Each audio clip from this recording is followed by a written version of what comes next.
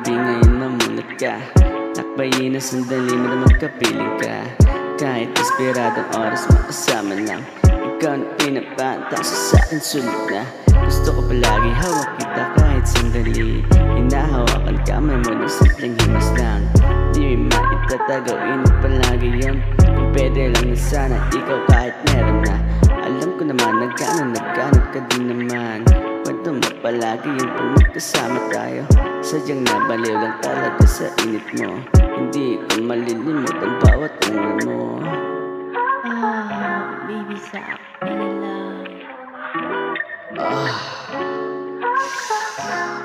So talaga ito po ngayon. Nang matapos magdamag gabing kapiling ka, at doon ko napagtanto na biglang nagsisina. Naisip ko na lakad sobrang na maling-mali.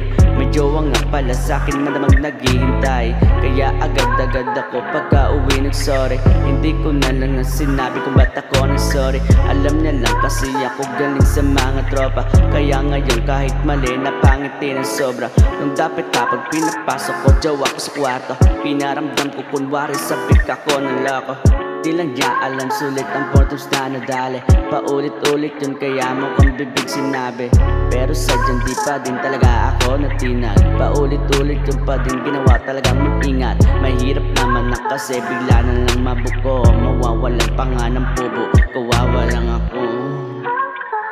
Kawawa lang talaga ako pre. Kaya nga pag ingat yung talaga ako. Mas okay talaga yan. Alam mo, pag mahal mo isang tao, talagang ganun. Kailangan mo talagang mag-iingat. Mag-iingat. Kaya kahit na madaling di na natuto pa, tinilig ko pa din kahit kaligayahan ko sa kanya lang. Di ko talaga maiwasan na di siya matiis. Tuwing nakikita kami, palaging patago. Malaking tsansa, kami ngayon ay mabibisto. Pero wag mag-alala kasi laging alisto. Dala-dala ko siya palagi sa akin sa motor. Dumadaan sa EDSA pag napadaan sa timog. Maya-maya alam niyo na kung saan kami hinto.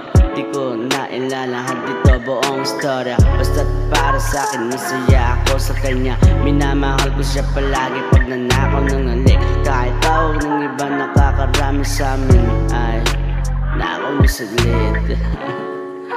Shit. Mahal ko talaga yun boy puta. I love